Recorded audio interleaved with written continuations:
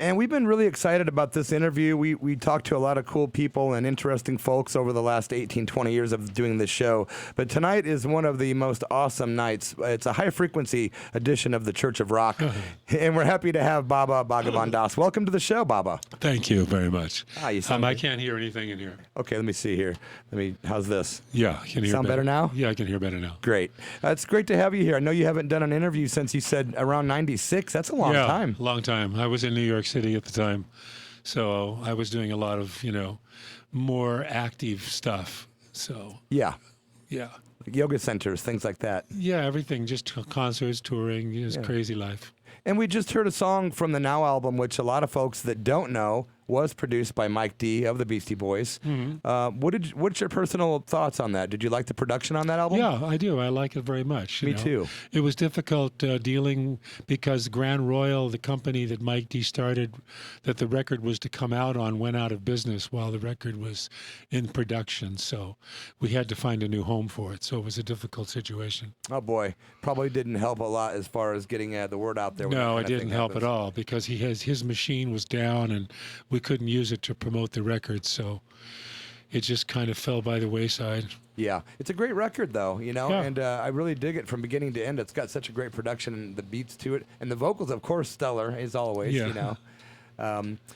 So you were talking before with me, telling me that you had done a series of records. I think it was a 2 or 3 set for one label, including the Howler at Dawn. Yeah, that's called Network in Canada. Nice. I really like the stuff on those as well. Who produced those? I did. Did you? Yeah. It was all self-produced. We did it ourselves. Yeah, amazing job. Yeah, the vocals are great. As far as the mix, Yeah. Just out of curiosity, I don't know, for people who don't know too much about, and the correct pronunciation is kirtan, am I right? Kirtan, yes. Kirtan. For people who maybe aren't familiar with that type of music, or can you tell us just a little bit about what it is? It's a devotional form of mantra, which is devotional chanting using the sacred Sanskrit names of the devas, which are the divinities of India, the different gods called devas, and it is invoking the conscious energy of their purity to bring that energy into our lives and to tune us in, because they live in different heaven worlds, and they have a great effect upon us here in this world, in the desire world of samsara. Now, is it something you've always been doing, or is this something like, when did you start? Yeah, I started when I was very young, like around 18. And I'm 73, so I guess I've been doing it over 50 years. Wow. And so for those who don't know, a lot about Bhagavan Das, can you tell us just a little bit about when you first went to India? How kind of how you became you? Yeah, I will give. Well, I'll give you some. Yes. Yeah, it's kind of a long story, but I've got a book out on Amazon. It's got my whole life story on it. It's my memoir. You do a great book, by the way. Yeah, it's a good book, and it's called "It's Here Now." Are you? And you guys can go into detail in that book if you're interested. But basically, I grew up in Southern California, surfer culture, in 1963, and I was supposed to go to Vietnam and kill people, and I got a letter in the mail from the Army saying, go to Vietnam and kill people or get killed. And I didn't think it was a good idea at the time. So I left America, and I realized that things were falling apart deeply in America, everywhere, I thought. And then I had to get out of what it was. I just didn't know what to get out of because I didn't know what I was in. But I knew I was in something that was really fake and phony and crazy, and it just wasn't real. So I just basically, I had a really great guitar, a Martin D28 Dreadnought, and I sold it for $200, and I hitchhiked to New York, and I got on I got a boat to Amsterdam for $140, and got off the boat a month later and had $60 to my name, which was what I basically had for the next 8 years. I had no money. I hitchhiked around. I made my way. I was looking for a spiritual connection. I didn't know who or what it was, but I knew that there was someone out there, and I had to find the guru, the great man, the great woman, this spiritual being, this great saint, this, this person who would be able to help and tell me what to do and how to live my life and what was really going on. Because I knew that something wasn't really right about everything. Everything was always just not right. So I hitchhiked around and I met these people in Greece who just come from India, and they started telling me stories about India, and I knew that that's where all the saints lived, that's where the holy people were. I would find my guru there, and I took off hitchhiking for India. I got there 3 months later, and this was in 1965.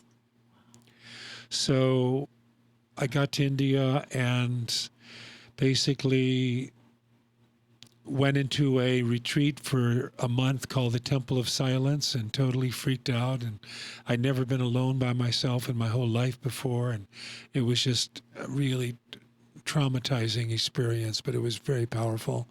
And then I started getting deeper and deeper into my heart and my mind, and realizing that I'd come to India and that I wanted to become a saint, and that was the goal of my life, and that I was in saint school, and all the saints come from India. And so how do you do it? How do you live a virtuous life in a very unvirtuous world? Very, very hard. You need good companionship.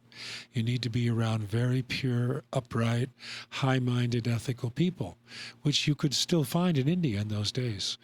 So I went to Rishikesh, which was this place where all the Beatles had just left, and it's like a sort of a spiritual community in India where a lot of sadhus and saintly people live. And I went there, and I met the guy who started TM, Transcendental Meditation, who was Maharishi Mahesh Yogi. He initiated me into mantra, and I started meditating. And I went up to a cave behind Rishikesh, and I lived there for 3 months. And basically, I just spent 15 hours a day meditating. And I realized that if I wanted to get enlightened, that's the only way I was going to get free from my mind. And all this worldly projection, whatever it was, I didn't even know. And so I did that for 3 months. Finally, decided I would just leave, and I left the cave, and I went to another town, and I met a Swami who spoke perfect English. And I stayed with him for 6 months, and he put me on the program, which was sadhana. Sadhana means a daily spiritual practice, which is very important if you want to transcend the mundane world. You have got to do a serious spiritual practice on a daily basis. So he got me into this practice, and he got me doing a lot of asceticism, which was basically, for me, it was 3 hours of sleep a night, and I was only allowed to have 1 glass of milk a day, no food. I got very thin, but I purified very deeply. And a lot of meditation, a lot of spiritual study. Finally, after 6 months, Swami said, let's go on a pilgrimage. He took me up to the mountains, up to Nainital, and it was about 5-6 hours from where we were living at the time in Dehradun, which was another hill station in India, in the Himalayas. And we went up there and we visited a temple called Kanchi, which was about 8,000 feet in this valley. And there was a temple there, a Hanuman temple. And there was a saint there named Neem Karoli Baba, who became my guru. I met him there with Swamiji, and it was a mind-blowing experience. And basically, he just jumped into my heart and closed the door, and that was it. After that experience with Neem Karoli Baba, everything in my life shifted dramatically. It was just like the biggest love of my life. And I ended up spending the rest of my years in India, which was about 6 years, on and off with Neem Karoli Baba, traveling with him everywhere in India, listening to him, working with him, and really trying to understand what it was. And what it is beyond the mind. It is the heart. It is the true heart of divine love, which is the divine mother energy, which we all have. It's our life force. It's the light of our life. And the mother is the light of our life because she is our life. We are living the life of the Divine Mother. Your mother gave you birth. And that birth is the great gift that we all have to do something big with it. Meaning, let's get out of the prison of our mind.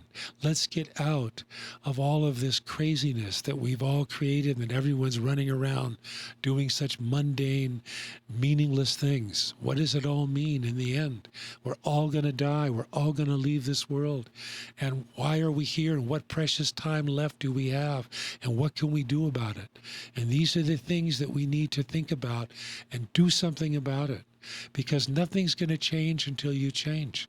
And it's so important to realize that this precious human birth is the greatest opportunity right now for us to really transcend and to do some serious spiritual work, because death is coming and we're all going to leave, and we don't know when, we don't know how, we don't know what the circumstances will be, but when we die, our consciousness will go on.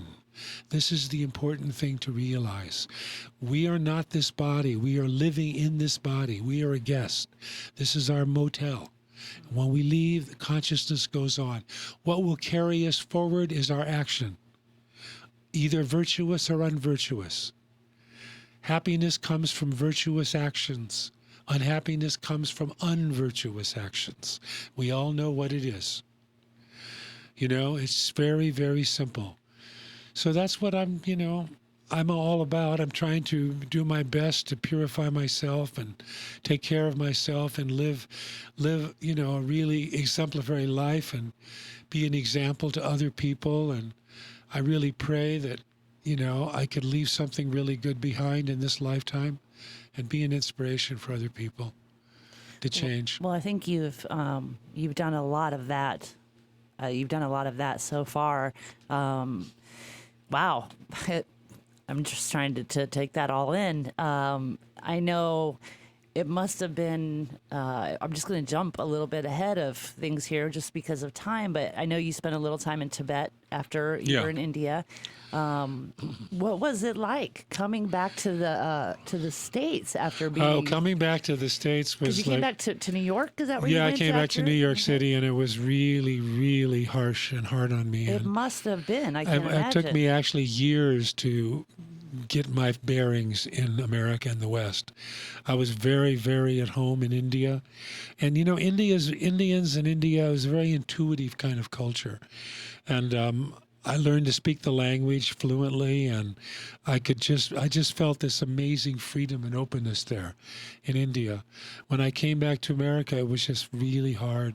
And New York City was tough, and I don't know, it was just very difficult to deal with it. The fame that I had was created for me by Ram Dass and the book Be Here Now, and having all this celebrity status and all these people all over me all the time, and it's pretty sad, actually. Very difficult. In New York, of all places, do you have family in New York, no, or was there no a reason? Family. That I had a patron there, who was a quite rich man who was taking care of me and helping me in the West. Now, I heard you say when you first started telling the story that you had a pretty awesome guitar when you first took off on your journey. So you were into music. Oh, yeah. I've been into music since I was like a kid. My father was a professional musician.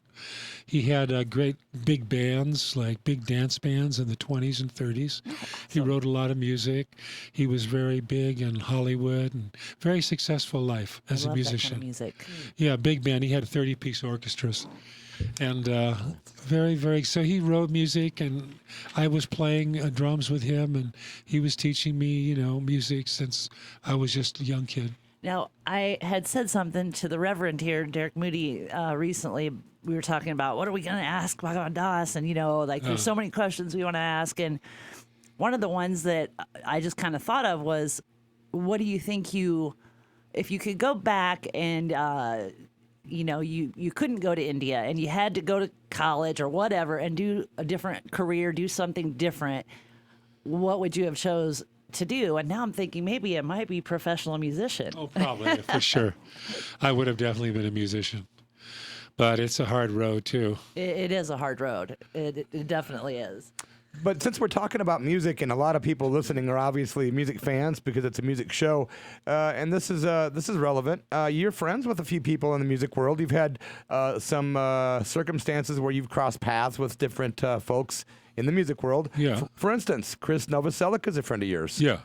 From Nirvana. A lot of folks listening here are big Nirvana fans. So Right. I found it interesting to hear that Chris had actually backed you up on several gigs, right? Yeah, he did. He backed me up in Seattle on 2 or 3 different, concerts. Yeah, he did. Yeah. Was he playing bass? Yeah, he was playing bass. Oh, okay, nice. Yeah, yeah. What about the Madonna connection? What happened Well, with you we and met. John? Madonna and I spent, 4 or 5 hours together chanting and singing, and that was about it. Wow, did she contact you? Yeah, she did. She wanted to meet me, and it was during her. I think she did that one spiritual album. It was something about light or something. Yes, I remember. Yeah, it was right when she did that album. Beautiful. Do you know if she was a fan of like your book or your music? She must have been, obviously, to have contacted maybe. you. Yeah, maybe. I really don't know. Interesting, man. Also, Boz Scaggs, I just recently learned at one point had lived with you for a while. Yeah, I lived with Buzz Skaggs in Nepal. He came there in 1966, and I met him out on the street, and we spent like about a month together playing guitar like 12 hours a day. Wow. I didn't know who he was or what he was. He was just a super high energy guy with a guitar. Yeah. I don't know a lot about Boz, but I do like his music. I'll tell you that. Yeah. You have a smile on your face. It seems like you must have good memories associated Oh, yeah, I had with good that. memories. We had good times together. That's nice. Yeah, yeah.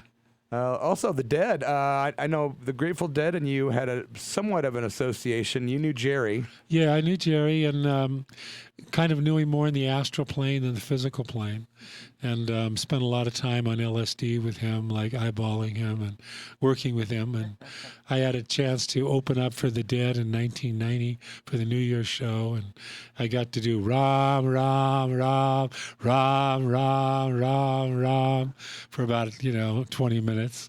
Nice. It was my 20,000 people chanting yeah, with you? 20,000 people chanting. It's pretty Nice. cool. Wow.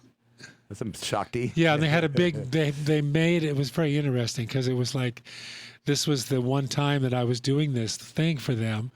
And they built they've never done it before or since, but they built this huge statue of Kali, about 20 feet tall, all black, like 4 arms, like What? huge, out of paper mache and everything. Yeah, so it was like kind of traditionally Crazy. connected with me because I'm really into Kali Ma and the Divine Mother. That's beautiful that they did that. Yeah, and by the way, thanks for being here on Mother's Day, Bhagavan Das. It's yeah. perfect. Right on, for sure. It was like, this was no coincidence. Yeah, no. What other musicians was I going to ask you about? I heard you had worked with the band Fish. Is that true? No, I never worked with Fish. Okay, I guess that was a rumor then. Yeah, no, I never worked with those guys. But yeah, that's I sang with Bob Dylan. Really? Yeah. We spent about a couple hours together in his apartment in New York, and I got to sit on his couch and play his guitar, and we sang together. That was pretty cool. Wow. What year did you sing with Dylan? I sang with Dylan in 1971. That's something that I don't think was in the book. No. Wow, It was just a personal connection. Yeah. It wasn't on stage or anything. Yeah, well, thanks for sharing that. We're just all music geeks here. Yeah, I know. I know. It's pretty amazing. One of the great heroes of my life, Bob Dylan. I was gonna say, who are some of your favorite rock musicians? I know you don't spend very much time listening to rock music. I know that. No, I like Neil Young, and Yeah. I like more that kind of style. Nice. You know what I mean? I don't listen to a lot of rock, but Yeah. I do like him. Some acoustic type rock stuff. Yeah, more acoustic type folky rock stuff. Yeah, exactly. Yeah. And did I remember right? Aren't you a fan of the blues music as well? I like the Black blues. Yeah, I like the old, like real Howlin' Wolf. Howlin' Wolf style, like really intense stuff. Yeah. Nice. Yeah. Nice. Now, I don't know, this just kind of popped into my head, but do you think that now, it just seems like in the last, I don't know, spirituality, with quotations around it, kind of has become commercialized. Yeah. They've, the whole hot yoga thing and just, spiritual materialism and people, you know what I'm talking about. Yeah, of Everyone out course. there knows what I'm talking about. They use it to sell everything now. And, it's just like sex. It's used for everything. And kind of, what are your thoughts on that? Like, if you today, if you were say you're a young person today, and you're like you were, back in the '60s, and you're 18. Obviously, India is not the India it was then by any means. Right. What advice would you give to somebody who is on that, trying to be on a path and trying not to get caught up in the whole spiritual materialism thing and kind of the fakeness of it, and you can't really take that trip to India that you took. No, you can't. You can't go there anymore. It's not there. And what kind of advice would you give to somebody that? Well, I think maybe... that it's very difficult to deal with what's going on right now in the world, because things are really dark.